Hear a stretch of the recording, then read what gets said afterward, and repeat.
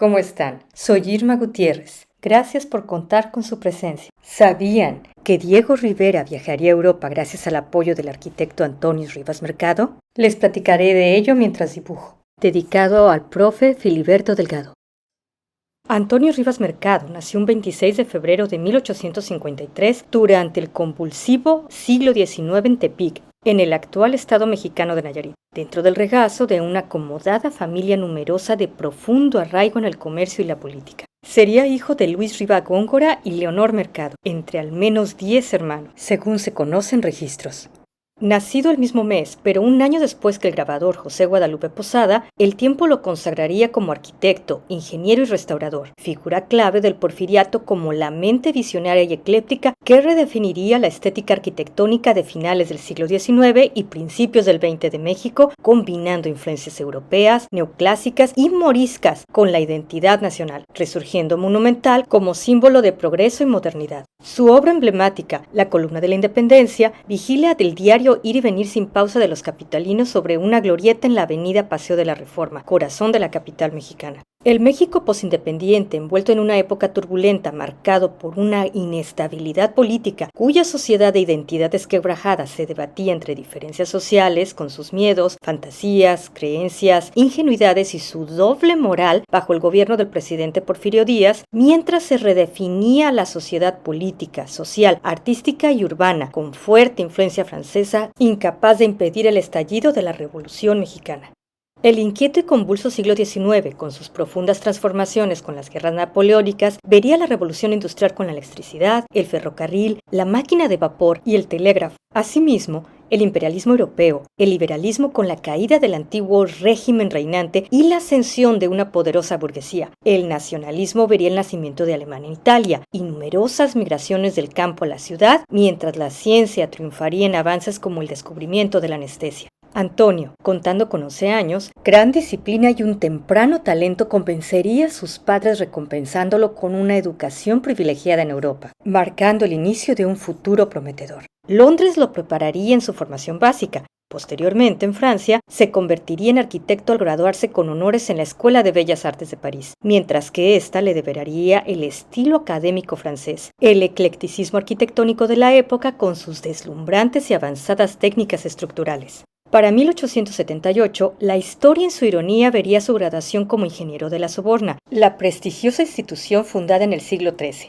Ese mismo año, en la Escuela Técnica Superior de Arquitectura de Barcelona, España, otro arquitecto culminaría sus estudios, mientras el director, Elies Rogent, señalaba: "No sé si hemos dado el título a un loco o a un genio, el tiempo lo dirá", refiriéndose ni más ni menos que al gran Antonio Gaudí, quien se convertiría en el mayor representante del modernismo catalán. Ese mismo año, en París, un joven cuarentón, Édouard Manet, pintaba la vida urbana. Rivas Mercado, durante su época de estudiante, bocetaría su apodo, el oso. La leyenda cree recordar de un combate contra un oso amaestrado en las calles de París, resistiendo un interminable minuto, gracias a su gran tamaño y fuerza física, consiguiendo la anhelada moneda Luis de Oro.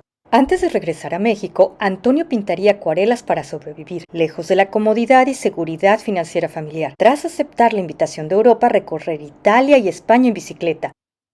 Esta última lo impresionaría más tarde, influyéndolo con su particular arquitectura morisca, estilo islámico occidental desarrollado en el Andaluz, territorio de la península bajo dominio musulmán muy atrás en el tiempo, entre los años 711 a 1492, tras su derrota y expulsión por una España unida con la alianza matrimonial de Isabel y Fernando, los reyes católicos, mismo año que Cristóbal Colón se embarcaría a la mar descubriendo el Nuevo Mundo tras el patrocinio de la reina visionaria. Este original estilo arquitectónico sería resultado de la fusión de varias influencias, caracterizado, entre otros, por el arco de herradura y gran ornamentación, extendiéndose al norte de África. Ya de regreso a México en 1879, le acompañaría una visión europea vanguardista vestida de conocimientos técnicos modernos y refinada arquitectura francesa. El México de finales del siglo XIX sería testigo bajo la férrea dictadura de Porfirio Díaz del afrancesamiento de su capital en aras del orden, progreso y su modernización, anunciando inversión extranjera, la expansión del ferrocarril, el telégrafo, alumbrado eléctrico y la minería, entre otras novedades. Encontrando Rivas Mercado un espacio prolífico en esa revolución cultural, trabajando como ingeniero y arquitecto. Sin embargo, esa boyante modernidad negaba la realidad del descontento social, con un 80% de su población analfabeta, explotada laboralmente en las tiendas de raya, en endeudamiento eterno de sus trabajadores exhaustos con salarios miserables. En esa realidad, Rivas Mercado se convertiría en profesor de la prestigiosa Academia de San Carlos, influyendo en las nuevas generaciones de arquitectos y revolucionando la educación artística mexicana. Para ese tiempo, en 1885, Juventino Rosas escribiría su vals Sobre las olas, considerado el segundo más bello del mundo. Se casaría con Matilde Castellanos Haff, engendrando 6 hijos, sobresaliendo la controvertida y atormentada Antonieta Rivas Mercado, una de las mujeres más importantes de su tiempo, heredera de la sensibilidad de su padre, mecenas de intelectuales y figura trágica que culminaría sus días dentro de la Catedral de Notre Dame al suicidarse en 1931. Corpulento y con una estatura que se alargaba aproximadamente a 1,90 m, los principales rasgos de su personalidad rebasaban su imponente tamaño físico. Exigente, intelectual, cosmopolita, sensible, de trato firme y tenaz, social y gran anfitrión con pasión por la botánica. Gran observador, llevaría su excelencia a los minuciosos detalles ornamentales de sus proyectos. Entre 1903 y 1912 se convertiría en director de la misma Academia de San Carlos, donde un joven Diego Rivera, tras graduarse en 1906, dirigiría sus pasos a Europa, gracias al mismo Rivas Mercado al apoyarlo con una beca para estudiar en el viejo continente. El mismo edificio monumental escucharía los rebeldes pasos y mentes revolucionarias de otros artistas como José Clemente Orozco, David Alfaro Siqueiros y el Dr. Adl, que dotarían a la realidad artística mexicana de una poderosa identidad, siendo atento testigo mudo la escalera principal conocida como la Imperial. Irónicamente, el mismo edificio vería al gran arquitecto ser apedreado en 1911 por una huelga estudiantil liderada por el mismo Dr. Adl, en rechazo a la enseñanza tradicional e iniciando la pintura al aire libre tras el fin del conflicto. Sin embargo, el reconocimiento y buen gusto no retendría a su esposa Matilde, quien abandonaría la icónica casa familiar hacia 1900, dirigiéndose a París con su amante, dejando bajo una sombra agria a la familia, con una Antonieta a cargo de sus hermanos menores.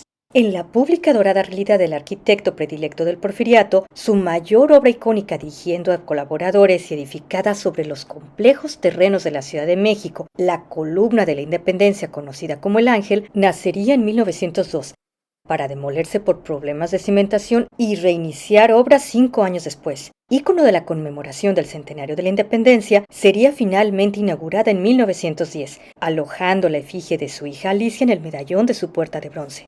De compleja ingeniería y cimentación, su creación sería inspirada en la tradición europea de monumentos conmemorativos, como la columna de la Victoria en Berlín, ícono de la ciudad alemana que en 1993 aparecería en el video de blanco y negro dirigido por Wim Wenders, con el legendario grupo U2 interpretando ángeles observando la vida humana, en la canción Stay, Far Away So Close, como reflejo de la temática de la película del mismo nombre y director. Su visionaria y ambiciosa imaginativa, conviviendo pacíficamente elementos combinados de estilos diversos, legaría a su país bellezas arquitectónicas en residencias, haciendas y casonas de la Ciudad de México con sus inconfundibles fachadas eclécticas ricamente embellecidas en minuciosos detalles ornamentales, así como el uso de estructuras de hierro.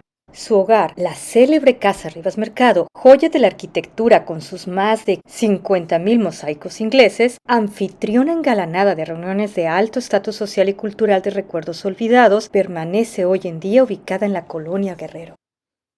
En la ciudad minera de Guanajuato, diseñaría y dirigiría la construcción final entre 1892 y 1903 del emblemático y fotogénico Teatro Juárez, proyecto iniciado en 1872 por José Noriega. Ubicado frente al Jardín Juárez, que nunca duerme, a su costado se encuentra una réplica de 4 metros de la escultura La Giganta, mientras su original de 8 metros permanece en el Museo José Luis Cuevas en el centro de la Ciudad de México, autoría del gran maestro mexicano.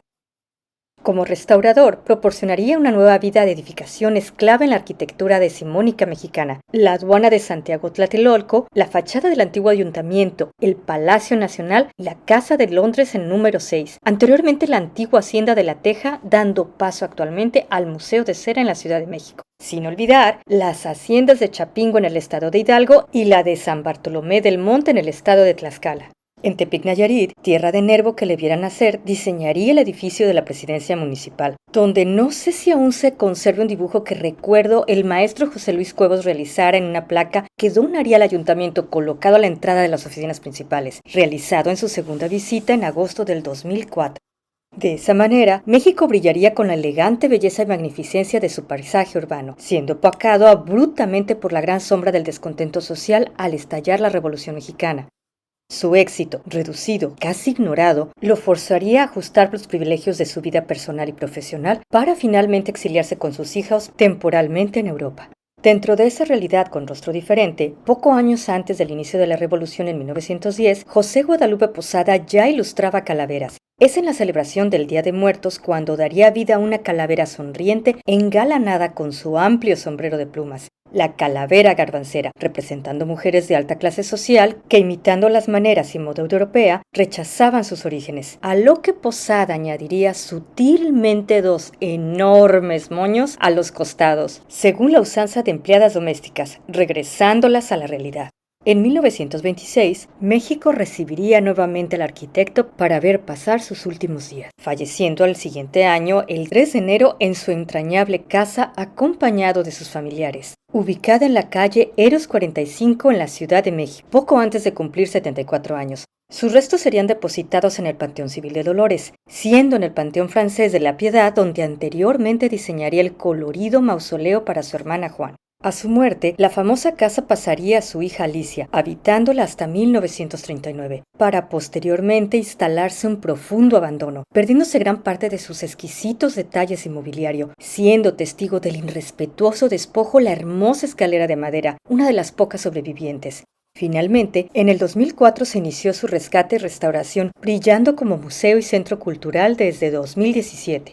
El destino, sorpresivo y caprichoso, tomaría la mano de los 4 hijos sobrevivientes del arquitecto, Alicia, Amelia y Mario, llevándolos por complejos caminos de la realidad postrevolucionaria, ensombreciendo la historia familiar, una vez más tras el suicidio de Antonieta en París, 4 años después de la partida de su famoso padre.